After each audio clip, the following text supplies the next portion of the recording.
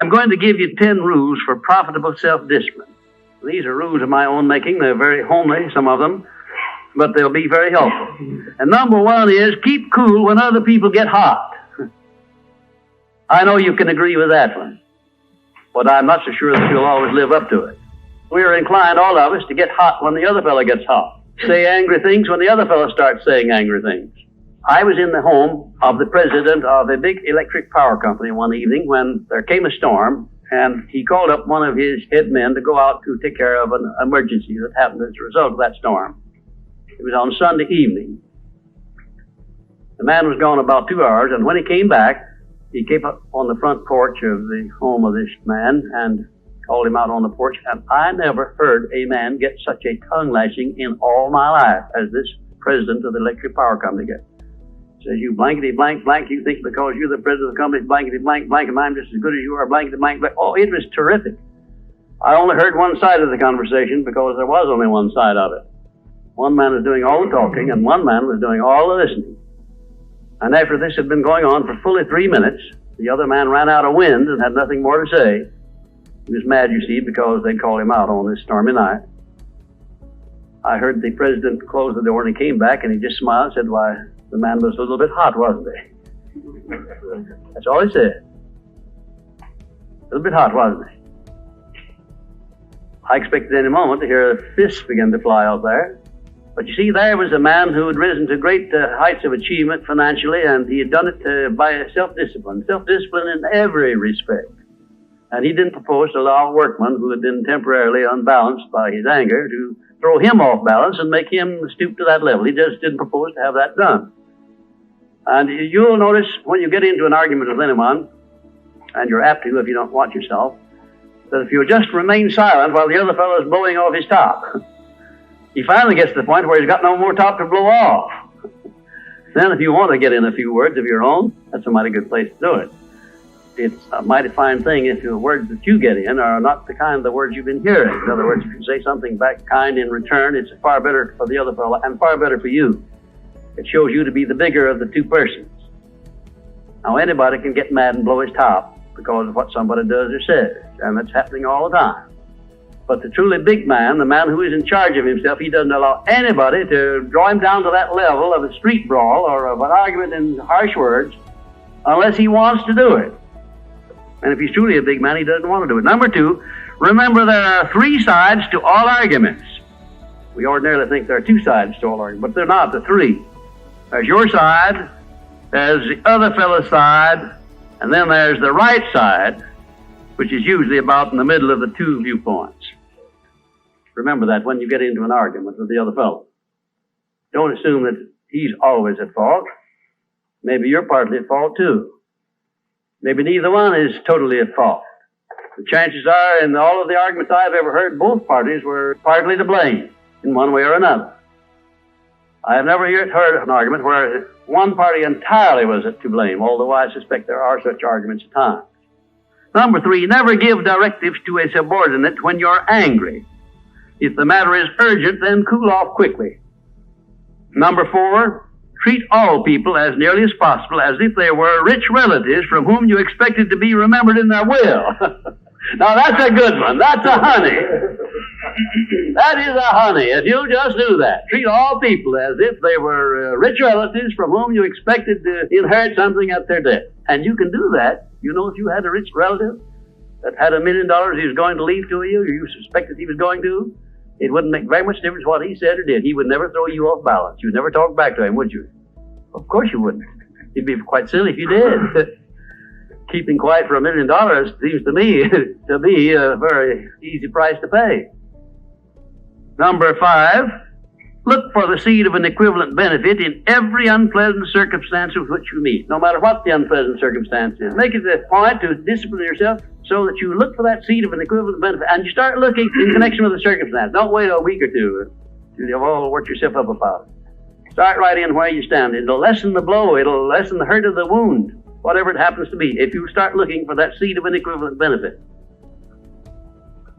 And number 6, learn the almost forgotten art of asking questions and then listening to the answers instead of getting the other fellow told off. It gives you an awful lot of satisfaction when you're angry to get the other fellow told, doesn't it?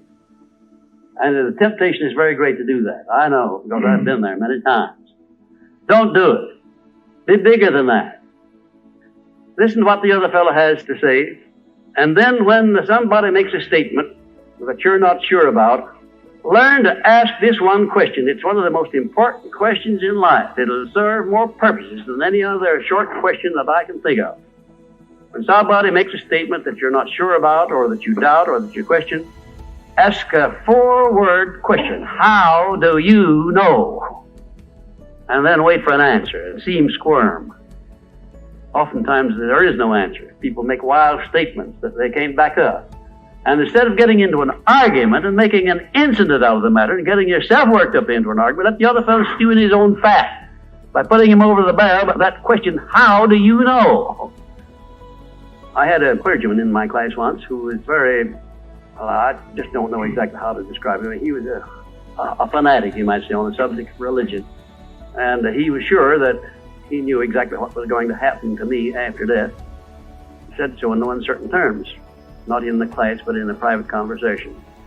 He raved and ranted for quite a little while about it. And when he got through, I said, how do you know, Parson? And that really put him over the barrel. He said, that's the way I feel about it. That's my faith. I said, well, now, having belief and faith is one thing, but having evidence is something else again. How do you know what's going to happen to me after I die? I don't know, and I doubt that you do. How do you know?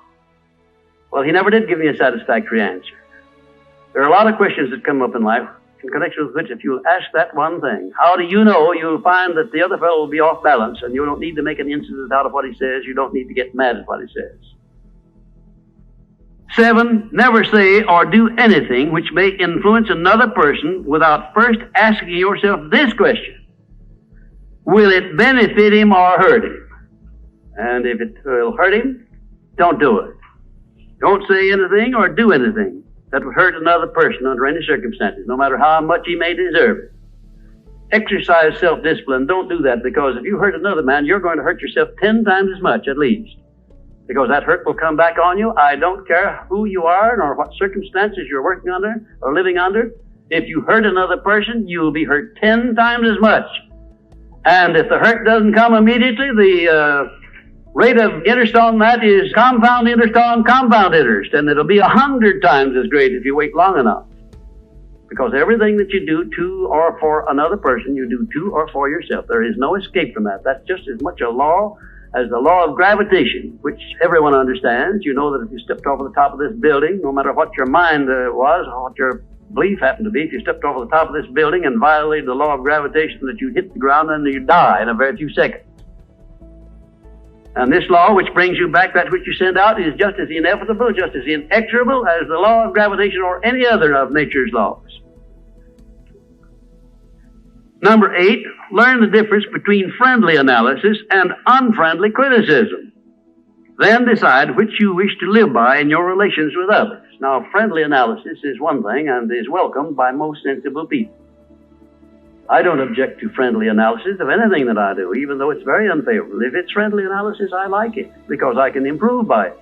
But if it's unfriendly criticism, very obviously unfriendly criticism, and not analysis, well, then I resent it. I wouldn't be human if I didn't. How can I tell whether it's friendly analysis or unfriendly criticism? How would you go about telling? A lot of ways you can tell.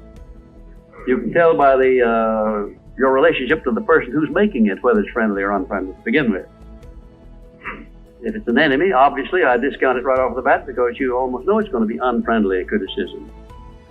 I can tell also by the tone of voice in which he does it, by the manner in which he does it.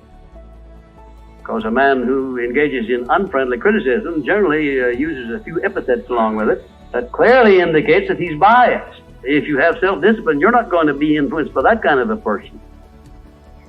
And number 9, remember that a good leader in any calling is one who can take orders as cheerfully as he gives them.